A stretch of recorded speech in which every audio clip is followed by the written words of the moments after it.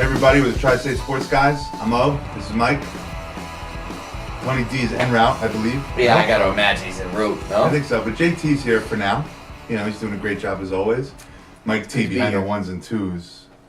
As always, he's a little depressed. We'll get into that later. Yeah, that'll make it to our 5 and 10, yeah. Top of the Kid Ready Studios here in Norwalk. Let's get right into it.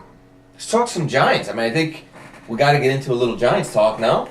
We have to. We gotta dedicate a whole segment to the Giants. Now, Yeah. you and I both predicted a Giants win. Yep, absolutely. We both thought the matchup was good. Yep. I know JT thought Turner the Burner was gonna have a little bit more. I don't know what he's talking about, JT. He did already. I think you were 3-1 last week, though, weren't you? Yeah, well, 2.5, because I liked Texans to win, but not to cover, so... Oh, gotcha. Yeah. Gotcha.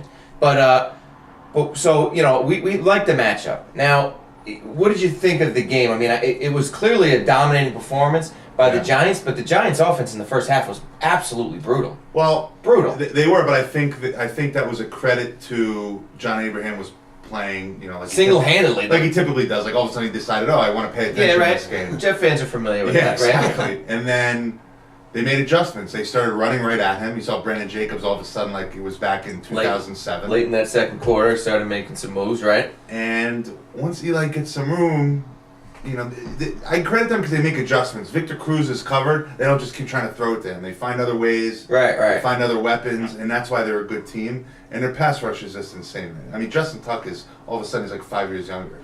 Yeah, now Giants fans are super fired up. I mean, They're a little too fired up. We're gonna have a special guest. we are gonna have a special guest. He's probably joining less. I would guess he's a little too fired up. I have my guess too, but I mean, they're talking about how they're rocking and rolling now. They're talking about they're it's Super Bowl, reminiscent yeah. of 07, It's a big the difference. run.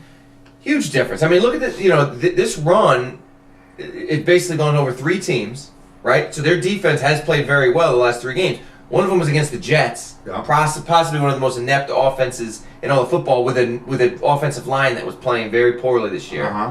Then you had the Cowboys, who have a good offense, but their offensive line has been shoddy all year. Yeah. And then you had the Falcons, who we thought was a good matchup. Matty Ice just can't play on the road, and he can't win a big game. He didn't can't play win. at home last year. You're right, I know. He But can't I mean, play anywhere. it's just does it amaze you how bad he is, like in big I spots? think it's terrible coaching. I mean, you see. Well, the coach was I mean, brutal. going for it on 4th down over and over. How do you not get points there, down 10 On the to road. Especially down 10-2. That On was the right road. there. game. I don't Everybody was the shouting road. at it, and there was plenty of people on ESPN Radio and ESPN, NFL primetime that said, "I don't disagree with the move. I disagree with the play call." I thought the move was terrible to go for it there. I thought the move was terrible, but if you're going to do it, at least Give it be more creative than some stupid sneak with Matty Ice. Who is he? Right. Well, I don't think a quarterback's necessarily good or bad at much at getting an inch. It's all about the push. It's all about the push. I mean, he's not no quarterback. They hadn't gotten a push all game. That's I understand that, why- but I mean, it's not like it's Matty Ice's I got fault. 2 great I mean, wide receivers and Tony Gonzalez. I got to find a way to do something. Right. Then you're looking at a naked boot, or something like that. Whatever But it you got to kick the field goal to me. Both times. Both times. Maybe, definitely the second time. So now we move on to this week. The spread has been plummeting pretty quickly. Actually, I mean, It's when down to 7, right? when I saw 7.5 today. When it opened at 9. I saw 9.5 at one point. Came down. It's down to. I saw 7.5. It could be down as far as 7. It may be 7.5. But I mean, it's going to probably be down. I mean, we're going to make our picks, and I guess we'll probably settle at 7.5. But it could be lower, and that just shows me that everybody's taking the Giants. And they're moving the line down. Now, what do you think the keys are to this game? I mean, I hear everything from they got to pound the ball to they got to just attack this secondary of theirs. I think from the Giants' perspective, the keys to the game are they have to offensively they have to stay out of the stupid Eli Manning. I'm gonna throw the ball in triple coverage. Right. Because they got a lot of ball hawks on that team. Yeah, some 31 interceptions they I had, don't something even- crazy like But that. Charles Woodson always in big games. Yeah. As a Raider fan, I can tell you, he doesn't always play, but when he plays, Yeah. he's a tough guy to work around. Their linebackers are great, obviously. Right. So they have to get rid of those stupid mistakes because it's going to be that type of game where it could be the last possession wins it. Because I'm not sure either team is a great defensive team, but I do think the Packers are a more opportunistic team. Yeah. And they have the ability to play well defensively. They're just not consistent. Yeah, they were, I think, dead last in the league in passing yards allowed, Yeah. the Packers, but I think they led the league in interceptions. Yeah, and we saw last year they played take their chances. Yeah, they played good defense when they need to. The Saints did that a couple years ago when they won a Super Bowl. So I think that maybe they were just kind of coasting. Well, yeah, I get that maybe, but you know what also worries me about the way that the Giants' offense plays into, kind of into their hands is, we talk about it, we kind of joke about it a lot, but one of their main plays is just get man-to-man coverage and throw it up. Exactly. Because you're either going to pass And I don't know if interference and that's catch. gonna work. And I don't know that that's going to work. You're exactly right. I don't think that kind of, they're going to love to see Yeah. that as far as the Packers go, because they know they're going to put up their 30 points. You know what I mean? I'm going to make an argument for the Giants in this sense.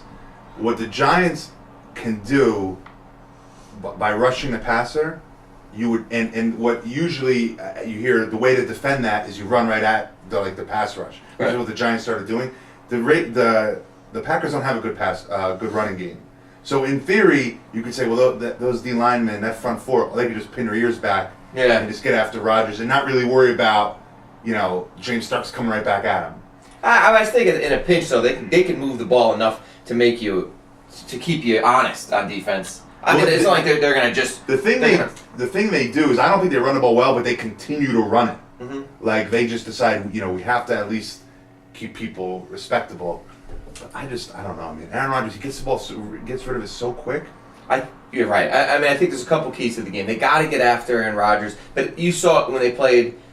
The last time in that last drive when they went boom, boom, boom, right down the field to get the field goal, and that big play he threw to Jordy Nelson, there was a guy in his face. Justin Tucker came in unblocked, and he was able to get rid of it. I mean, he's got the ability to throw off his back foot. He's got the ability to do all that. So I think the key to the game on that side is just to keep hammering at him. In order for the Giants to win this game, I think you're gonna have Eli May's gonna have to play mistake-free football. Agreed. I mean, anything more than one turnover out of him, I don't think they have a chance of winning. Yeah. You give him one. He'll throw a pick. I'd be surprised if they don't turn the ball over at some point. Yeah. But you give him one pick. Anything more than that, we've talked about the stats a lot. The Giants don't win when he turns the ball over more than once, and they're definitely not going to do it at Green Bay. I also think a key to the game is in watching Eli. We talked about it last week about how he torches, bad pass defenses, and he did well against the Packers the first time. But if they can get a pass rush on him, if they can get Clay Matthews in on him and pounding away at him, he does not. I mean, you saw him in the first half when Abraham was in there. He didn't play well. It wasn't until he got started. If you give him time, he's as good as anybody in the league. Yep. You got to pound him away there. Two things I want to ask you about. One is, what kind of impact? Obviously, the horrible tragedy with the offensive coordinator's son passed away, and now they don't know what role he's going to play, if any, in that game. You don't want to look at it as how is this going to impact the game, but how is it going to impact the game? I mean, you think it's going to have any impact? To me, it kind of inspires them a little bit, but to me, that they're just such a finely tuned machine at this point. And McCarthy is pretty hands-on. He's pretty hands-on, and at this point, I'm sure He's Aaron an offensive Rodgers guy too. I'm sure Aaron Rodgers has a.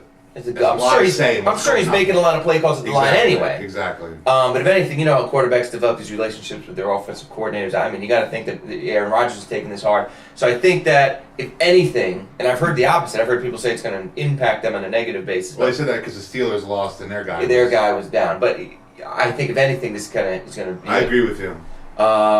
So my other thing is, I mean, everybody I talk to, and it's not just Giants fans. It's just football fans in general from this area. They seem to love the Giants, especially getting the points. Why then does Vegas have a 2-score game? Even right now when it's coming down, that surprises me because you know what? I'm telling you, but Vegas doesn't want. They don't lose money on these kind of games. You know what I mean? They're looking for 50% go this way, 50% go this way. We'll take the vig and we win. You know what I'm saying? So this is going to be. I guarantee you, action in Vegas is greatly skewed to the Giants this weekend. You can tell by the way the spread moved. So why is Vegas so much? Why are we smarter than Vegas? Why does everybody think that they're smarter than Vegas? I don't know. I can't speak for other because I don't agree with it. I don't agree with the Giants. You know who might be able to speak for it? You know who we have on the Cable Ready studio? Very special guest. Hotline. We got the editor from Co-Ed Magazine, friend of the show, Neil Lynch. Neil, you with us, buddy?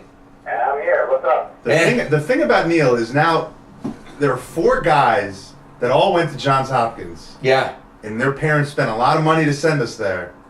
and look what we're doing. This is what we're doing. We're breaking down. I mean, we're breaking we down are. spreads and You bigs. talk, you We're just talk living the about, dream. You talk about misappropriation of funds. That's it. Neil, how we doing, buddy?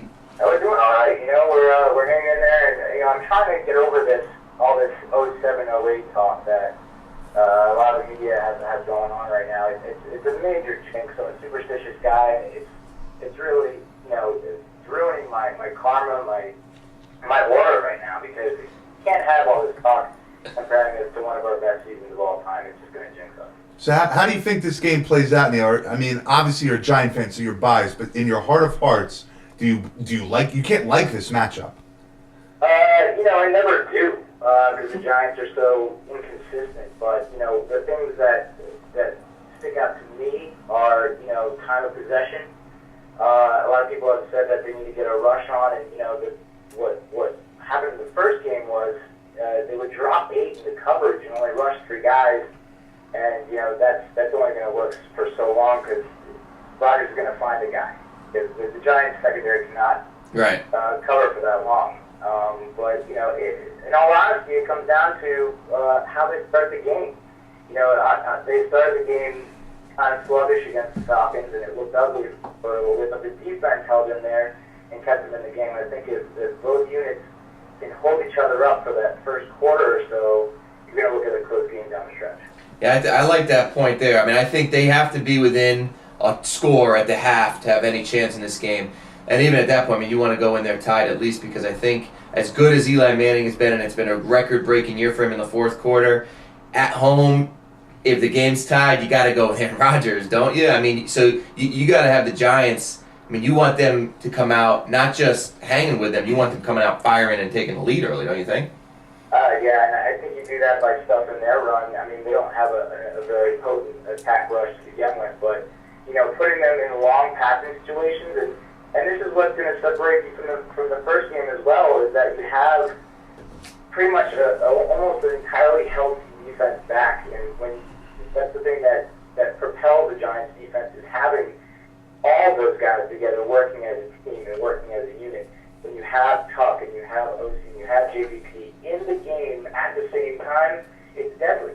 And they didn't have. I don't think they had OC in that first matchup, and it hurt them to a certain extent. I mean, Thompson's a great guy, a quick guy, can get off the ball, but that's a deadly trio that when you get in a third and long situation, it's only going to end up well for the Giants. So you believer in the Giants, D, that they've really turned it around and it was all about them just getting healthy, then that's what's happened in the last 3 weeks? Or do you agree with me that you think it's maybe just some good matchups and they were exploiting those good matchups the last 3 weeks? It's a combination of both. I think, you look at the beginning of the season, and I was ready to write them off, before the first game was played, because they lost Terrell Thomas to a season-ending injury. This is Jonathan Goff to a season-ending injury. And it looked like guys were dropping like flies, and it's like, who are we going to put out there? I'll suit up. And that was all throughout the season. They weren't really 100%. They weren't full of steam at all during the season. And you've seen the difference when they're all together and we're all back. I mean, it's night and day. And so, and that's why I think it's going to give him a better shot at Rodgers and getting to him more often. And rattling him a little bit. It's tough to rattle him. I don't know that he can, but I think if you get all 3 of those guys breathing down his neck, maybe he doesn't make great throws, the kind that we're used to. Yeah. So, why don't you give us a pick, Neil, before we get out of here? 7.5 points. You taking the points? I'm taking. Well, I'll give you the final score. And I'll give you what it's going to come down to. Green Bay Packers 27, New York Giants 30. I love this. And I think it's going to come down to the final possession. And while most people might think, I might say Eli's coming together and throwing the winning score, I honestly think that the Giants' defense is going to redeem themselves. The Giants will make another mistake and give Rodgers a minute of time to come back, but they're going to stop him, and they're not going to be able to kick that winning field goal that they did last time around. Well, there you have it. You got to respect that, Al. Neil, always a pleasure. I hope for your sake you're right. That's it. By you, too. It'd be good to talk about it. We'll make our picks in the next segment. All right, Neil, thank you very much. CoedMagazine.com. Check them out. I know everybody does. Love you, Neil. Thanks for coming on, buddy. Thanks, guys. All right. We'll be back with Tri-State Sports, guys.